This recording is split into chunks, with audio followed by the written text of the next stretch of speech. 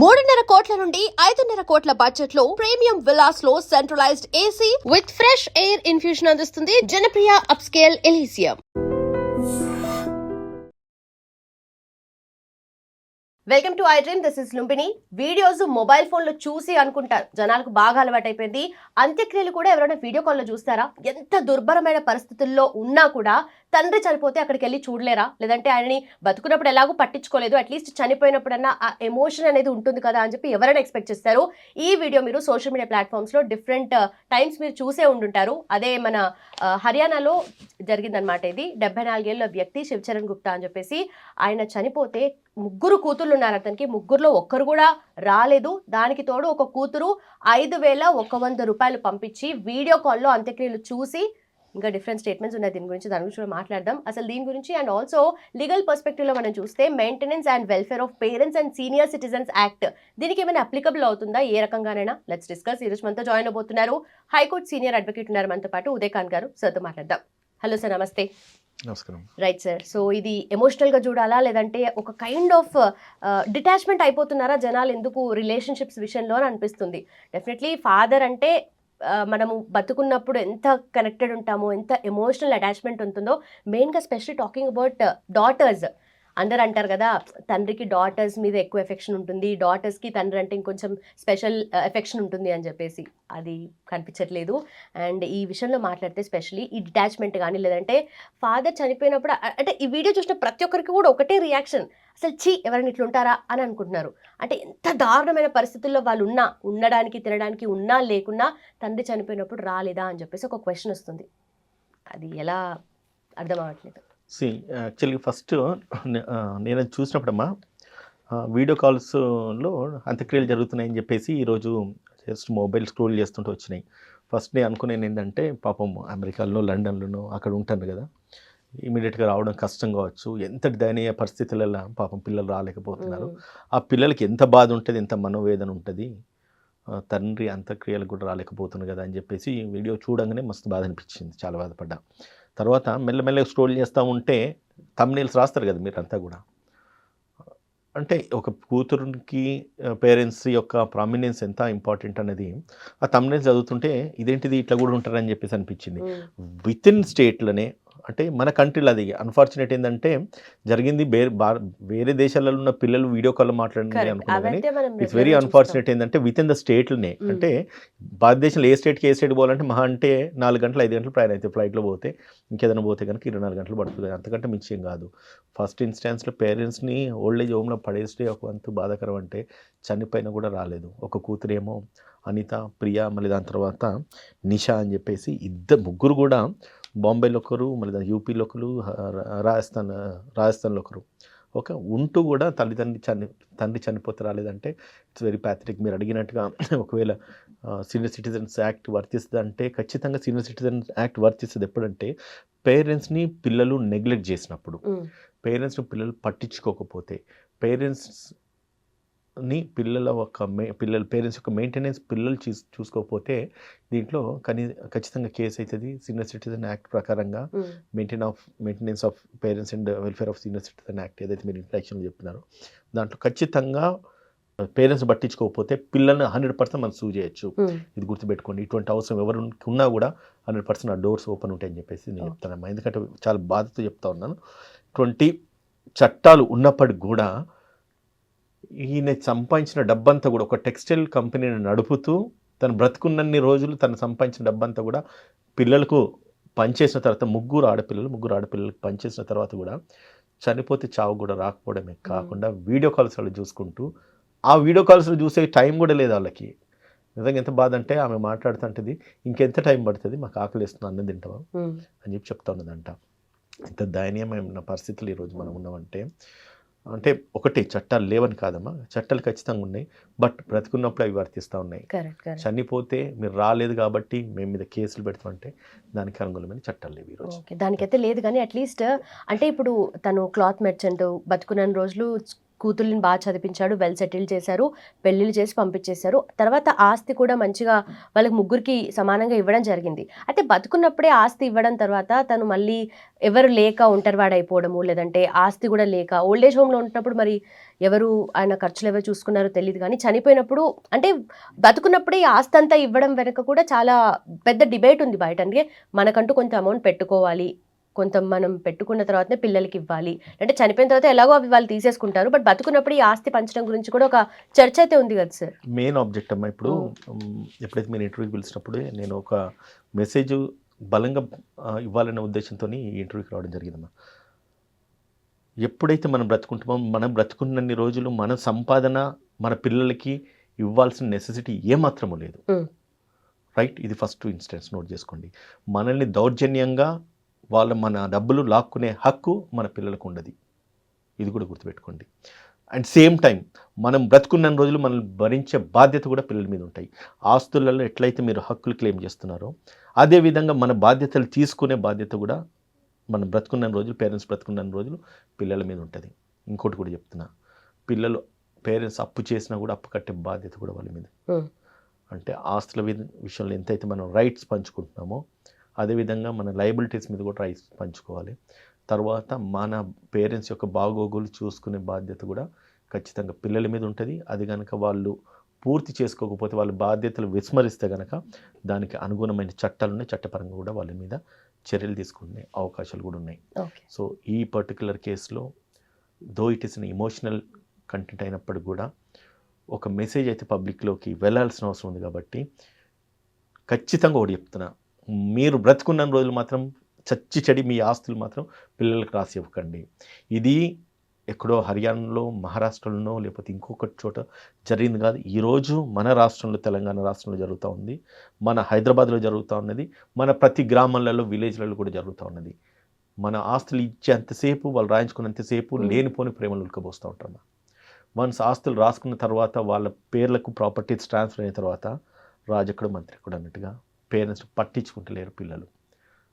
So ఇప్పుడు అంటే technology emerge అవుతుంది కదా, మన ఇంట్లో కూర్చుంటే ప్రతిదీ మనకు డెలివరీ అవుతుంది. ఇదివరకన్నా సాయంకాలం కాగానే భర్త ఇంటికి ఫోన్ చేసేసి భార్యని అడుగుతాడు ఏమైనా తీసుకురావాలని చెప్పి, భార్య భర్తకు ఫోన్ చేసేసి అడుగుతుంది ఏమన్నా ఇవ్వాలా, ఏమన్నా తెస్తారని చెప్పేసి.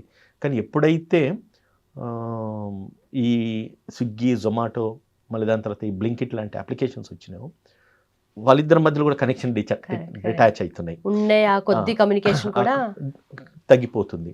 డబ్బులు అకౌంట్లో డబ్బులు ఉంటే అన్నీ మన ఇంటికి వస్తున్నాయి.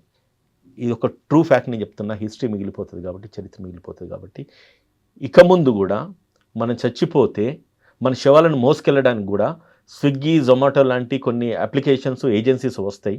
వాళ్ళు వచ్చేసి మన శవాన్ని మోసుకుపోయేటోళ్ళు వాళ్ళు ఉంటారు. ఇంకా కొద్ది రోజులు పోతే డ్రామా ఆర్టిస్టులు వస్తారు మనం చచ్చిపోతే ఏడడానికి అని చెప్పి.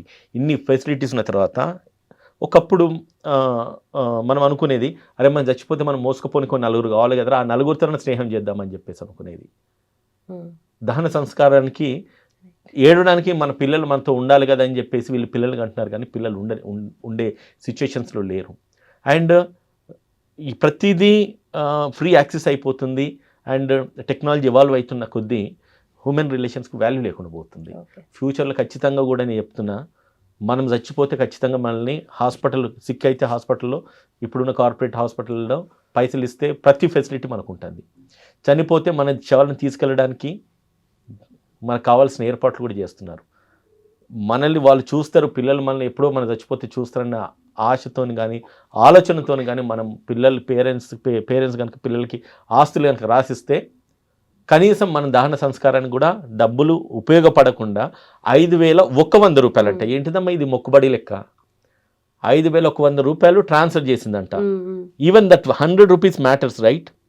100 రూపాయలు కూడా ఆమెకు కన్సర్న్. ఎందుకంటే హౌ ఇట్ ఈస్ మ్యాటర్స్ అంటే ఆ 100 రూపాయలు ఎందుకు కల్పించిందో, ఆయన శవాన్ని ఓల్డేజ్ హోమ్ వాళ్ళు, ఆ చుట్టుపక్కల అక్కడ పనిచేసే వాళ్ళు, ఆ చుట్టుపక్కల ఉన్న వాళ్ళు శవాన్ని కాలుస్తూ ఉంటే ఈమె వీడియోలో చూస్తుంది.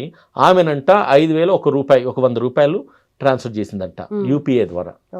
సో ఇంత ఇమ్మోరల్ సమాజంలో బ్రతుకుతున్నందుకు సిగ్గుపడాలి. At the same time caution చేస్తున్న ప్రతి పేరెంట్స్కి ఏంటంటే మనం బ్రతుకున్న రోజులు, మీరు బ్రతుకున్న రోజులు రూపాయి కూడా ఎవ్వరికి ఇవ్వాల్సిన అవసరం లేదు. మీరు మాత్రం ట్రాన్స్ఫర్ చేయకండి. అది మీరు చచ్చిపోయిన తర్వాత అవసరమైతే మా తదనంతరం వాళ్ళకి చెందుతుంది. ఏ పిల్లల మీద అయితే మీకు ప్రేమ ఉండి మీరు పంపించాలని మీరు అనుకుంటున్నారో వాళ్ళకైతే వీలునామా రాసి ఇవ్వచ్చు. 3 పిల్లలు ఉన్నారు, నీకు ఎవరికి ఇవ్వాలనుకుంటే వాళ్ళకి వీలునామా రాసి ఇవ్వండి. మనం చనిపోయిన తర్వాత ఈ ప్రాపర్టీ మీరు ఎంజాయ్ చేయొచ్చు అని చెప్పేసి రాసి ఇవ్వండి. వాళ్ళు ఖచ్చితంగా మన సచ్చిదాకా వాళ్ళు ఎదురు చూస్తూ ఉంటారు పేరెంట్స్ ఎప్పుడెప్పుడు పోతారని చెప్పి. So that is immaterial. కానీ బ్రతుకున్న రోజులు వాళ్ళు భయంగానైతే వాళ్ళని పేరెంట్స్ని అయితే చూసుకుంటారు. And at the same time property వీళ్ళ పేరు మీద ఉంటే సేఫ్ అండ్ సెక్యూరిటీ కూడా ఉంటుంది. మీరు గవర్నమెంట్ నుంచి కూడా, మీరు ప్రభుత్వం నుంచి కూడా ఒకవేళ పేరెంట్స్ ఒకరు చూసుకోకపోతే కన్సర్న్ ఆర్డీఓ కోర్ట్స్ కానీ కలెక్టర్ ఆఫీస్లో కానీ ఈ యాక్ట్ ప్రకారంగా మనం కంప్లైంట్ ఇవ్వచ్చు. వాళ్ళు కూడా చర్యలు తీసుకుంటారు. Right sir. మీరు ఇందాక అన్నట్టుగా అబ్రాడ్లో ఉన్న వాళ్ళైతే వాళ్ళు రాలేని పొజిషన్ కాబట్టి చాలామంది ఇలాగే చూస్తాం. మనం ఇంతకుముందు కూడా చూసాం చాలా కేసెస్ ఇలా. కాకపోతే ఇప్పుడు వీళ్ళు పక్క రాష్ట్రంలో ఉండి, లేదంటే అదే రాష్ట్రంలో వేరే ప్లేస్లో ఉండి కూడా రాలేకపోయారంటే సరే, ఒకరికి కాకపోయినా ఒకరికన్నా కుదిరినంత ఎందుకు రాలేదా అని వాళ్ళ సైడ్ కొంచెమైనా ఆలోచించాలనుకుంటే ఆలోచన అటు పోవట్లేదు. ఇంత గలీజ్ పొజిషన్లో ఉన్నా కూడా వస్తారు కదా ఎవరైనా.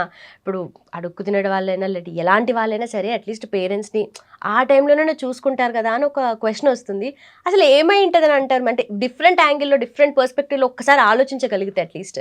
ఇప్పుడు అన్నీ కూడా అంటే కమర్షియల్ ఆస్పెక్ట్స్లోనే చూడాల్సి వస్తుంది. ఏ మనిషి ఏ పని చేసినా కూడా దానికి ఎంత ఖర్చు అవుతుంది, ఎంత టైం వెచ్చించాల్సి వస్తుంది, ఆ సమయాన్ని దానికి వినియోగించుకొని వృధా చేసే దానికంటే మా proper functioning of duties, duties proper function చేసుకుంటే మాకు కావాల్సిన అవసరాలు తీరుతాయి కదా, మాకు కావాల్సిన డబ్బులు వస్తాయి కదా. అంటే everything is interlinked with money. But ఆ ఫాదర్ అనుకోలే అది. When he has lot of money, అన్ని పైసలు ఉన్నప్పుడు నా పిల్లలు టీచర్లా, నా పిల్లలు డాక్టర్లా, నా పిల్లలు ఐటీ ఎంప్లాయీసా, అంత ప్రయోజకులను చేసిన తర్వాత కూడా ఒక టెక్స్టైల్ కంపెనీ నడుపుతూ వచ్చిన లాభాలు, వచ్చిన డబ్బంతా కూడబెట్టుకొని వాళ్ళకి ఎప్పుడైతే స్ప్లిట్ చేసి పంచున్నాడో, పంచిన తర్వాత ఇంకా విలువలు ఎందుకు ఉంటాయమ్మా? అండ్ ఏ విధంగా అయితే వాళ్ళు డబ్బులు వెళ్ళిపోయి ఉన్నారో, వెళ్ళిపోయిన తర్వాత నా పేరెంట్స్ని నేను చూసుకోవాల్సిన బాధ్యత వాళ్ళు విస్మరించి ఓల్డ్ ఏజ్ హోమ్లో వేసినప్పుడు ఆయనకు అర్థమై ఉండాలి కదా. నెక్స్ట్ వాళ్ళు ఖచ్చితంగా ఉండరని చెప్పి నేను కొన్ని వీడియోస్ చూస్తూ ఉంటే ఆ ఫాదర్ ఎవ్రీ టైం ఫోన్ పక్కన పెట్టుకొని ఎవ్రీ టైం ఫోన్ చూస్తుండేవాడంట. భార్య చనిపోయింది, ఫాదర్ అక్కడే ఉన్నాడు, ఎప్పుడెప్పుడు నా పిల్లలు ఫోన్ చేస్తారు, ఎప్పుడెప్పుడు నా పిల్లలతో మాట్లాడొచ్చు అని చెప్పేసి. సరే ఓకే అమ్మా, ఇప్పుడు ఎంత బిజీ స్కెడ్యూల్స్ ఉన్నా కూడా పొద్దున్న నుంచి రాత్రి దాకా మనము బయట ఉన్నప్పుడు కూడా సాయంకాలం ఇంటికి వెళ్తే మాట్లాడలేకపోయినా కూడా పేరెంట్స్ ముఖాలు చూసి ఎంత అయితే విసులుబాటు ఉంటుంది ఎప్పుడు పేరెంట్స్ మన దగ్గర పెట్టుకున్నప్పుడు. అది కాకుండా తీసుకుపోయి ఓల్డ్ ఏజ్ హోమ్లో పడేసి వాళ్ళని చూసుకోకుండా ఉంటే ఇది మెసేజ్ నెక్స్ట్ మన జనరేషన్కు, మన పిల్లలకు మనం ఇస్తలేమా? అవునా? History definitely will give back or bounce back అనేసి అంటారు. మనం ఏదైతే చేస్తున్నామో, మనం చేస్తున్న డీడ్స్ ఏదో ఒక రోజు మళ్ళీ మనకి ఖచ్చితంగా భూమి మీద అది మళ్ళీ మనల్ని హిట్ చేస్తుంది. సో కాబట్టి మనం ఏదైతే విత్తనం నాటుతామో అదే మళ్ళీ మొక్క అవుతుంది, మనకు ఫలాన్ని ఇస్తుంది. ఈరోజు ఏదైతే మనం బిహేవ్ చేస్తున్నామో నెక్స్ట్ మీ పిల్లలు చెయ్యారనే గ్యారంటీ మీకు ఉందా? వాళ్ళకి పిల్లలు ఉంటారు, వాళ్ళు పెద్దగా అవుతారు, వీళ్ళు ముసలిళ్ళు అవుతారు, అంతే కదా. సో అటువంటప్పుడు ఖచ్చితంగా కర్మ విల్ హిట్ బ్యాక్. అంతే, ఇంకా మీరు చేస్తున్న పాపము పుణ్యం ఏదైతే ఉందో ఖచ్చితంగా ఇదే భూమి మీద మనం అనుభవిస్తాం. స్వర్గం నరకం అనేది ఏం లేదమ్మా, అది ఒకప్పుడు రోజులలో ఉండేది కావచ్చు. ఎందుకంటే స్వర్గాలు నరకాలు కూడా ఫుల్ అయిపోతుంది ఇప్పుడు జనాభా పాపులేషన్ పైకి వెళ్ళాలంటే. సో అటువంటి సిచ్యువేషన్స్లో everything will be balanced in the earth itself. ఈ భూమి మీద అన్ని బ్యాలెన్స్ అవుతాయి. సో కాబట్టి మన మీద చేస్తున్నాం, మన పిల్లల మీద అది ఎఫెక్ట్ అవుతుంది, వాళ్ళు చూస్తారు, రేపు అదే మనకి ఇస్తారు. ఇట్స్ బెటర్ ఇటువంటి ఇన్సిడెంట్స్ జరిగినప్పుడు మోర్ పర్టికులర్లీ పేరెంట్స్ మాత్రం కాన్షియస్గా ఉండండి. ఎట్టి పరిస్థితిలో మీ ఆస్తులు వాళ్ళకి రాసి ఇవ్వకండి. సేమ్ టైం మీరు కనుక మిమ్మల్ని కనుక చూసుకోకపోతే చట్టాలు న్యాయస్థానాలు ఉన్నాయి, మీ హక్కును మీరు ఖచ్చితంగా పొందొచ్చు. అది మాత్రం నేను అల్టిమేట్గా చెప్పగలుగుతాను. రైట్. సో అంటే నార్మల్గా చిన్నగా ఉన్నప్పుడు ఎంత అటాచ్మెంట్తో ఉంటామో పేరెంట్స్తో, పెద్దగా కొద్దీ వరల్డ్ పెద్దగా అయిపోతుంది, అది ఆపర్చునిటీస్ పెరిగిపోతుంటాయి. ఈ స్మాల్ వరల్డ్ ఏదైతే ఫ్యామిలీ వరల్డ్ ఉందో దాని నుండి దూరం అయిపోతుంటాం చాలామంది. కొంతమంది ఏంటంటే అంటే పేరెంట్స్ ఉన్నప్పుడు ఇంతమంది పిల్లలు ఉన్నారు అయినా కూడా వాళ్ళు ఒంటరితనంగా ఫీల్ అవుతూ ఉంటారు. ఎందుకంటే ఆ కనెక్ట్ అనేది మిస్ అవుతూ ఉంటుంది ఎప్పుడు. ఇంత అయిపోయిన తర్వాత లేదంటే చావుకు వాళ్ళు దగ్గరగా ఉన్నప్పుడు వాళ్ళకి మేబీ తెలిసి వస్తుందేమో ఇదంతా. బట్ అయినా కూడా పిల్లలు ఉన్నప్పుడు, ఇంతమంది ఉన్నప్పుడు నేను చూసుకుంటా అని గొడవ పడాలి కదా. ఎందుకు నువ్వు చూసుకో అంటే నువ్వు చూసుకో అని ఇలా ఒకరి మీద ఒకరు తోసుకుంటారు అసలు. ఎస్ అంటే లవ్ అండ్ అఫెక్షన్ ఎప్పుడు కూడా ట్రాన్స్ఫార్మ్ అవుతుంది. అంటే పేరెంట్స్కి వాళ్ళ పిల్లల మీద ఉన్న ప్రేమ వీళ్ళకి వాళ్ళ తల్లిదండ్రుల మీద ఉండదు. అది ఎక్కడైనా అంతే. ఇది ఇట్స్ ఎ జనరల్ ఫినామినా. ఇది మనం ప్రతి even Hmm. I don't know మీ ఫ్యామిలీస్లో అయినా కూడా మీకు మీ పిల్లల మీద ఉన్న ప్రేమ కన్సర్న్ మీ పేరెంట్స్ మీద ఉన్నది. It is always there, everywhere it is there. So కాబట్టి అంటే మన intention message from this episode కావచ్చు, ఈ ఇంటర్వ్యూ ద్వారా కావచ్చు, అంటే I give a very right message to the parents. Any time control మీ చేతిలో పెట్టుకోండి, మీ Right. డబ్బులు మీ చేతిలో పెట్టుకోండి, సిచ్యుయేషన్ సర్కమ్స్టెన్సెస్ అన్నీ కూడా మీ చేతిలో పెట్టుకోండి. మీరు ఎప్పుడైతే ప్రేమతో నా పిల్లలు బాగుండాలి అని చెప్పి మీరు ఇచ్చినారో వాళ్ళు బాగానే ఉంటారు, కానీ definitely they never take care. Right. ఇది నాట్ ఓన్లీ దిస్ కేస్ అమ్మా, ప్రతి ఇంట్లో ప్రతి కుటుంబంలో ఒక అడ్వకేట్గా చాలా కేసెస్ నేను చూస్తూ ఉంటా. ఒక్కొక్కసారి బాధ అనిపిస్తుంది, ఇంత దయనీయ స్థితిలో ఎందుకు పేరెంట్స్ ఉంటున్నారు అంటే వాళ్ళు they are always emotionally weak towards their children. ఇప్పుడు మనం మన పిల్లల విషయంలో ఎంతైతే వీక్ అవుతామో ఆబ్వియస్లీ మన పేరెంట్స్ మన విషయంలో కూడా అంతే వీక్ ఉంటారు. But still they sacrifice their lifes. నన్ను చూడలేదు కదా అని చెప్పేసి నిజంగానే ఆత్మ ఉంటే ఘోషించకపోవచ్చు, నా కూతురు చలో అట్లీస్ట్ అక్కడైనా కంఫర్ట్గానే ఉంది కదా అన్న ఒక తృప్తి ఆ ఆత్మకు ఉంటుందేమో. బట్ చూసేవాళ్ళం మనము నాలుగు విధాలుగా మాట్లాడుకుంటారు కదా. రైట్. సో అది ఇక్కడ జరుగుతుంది ఈ యొక్క ఎపిసోడ్లో. Done sir. Thank you so much sir. Thanks for time. Sharma.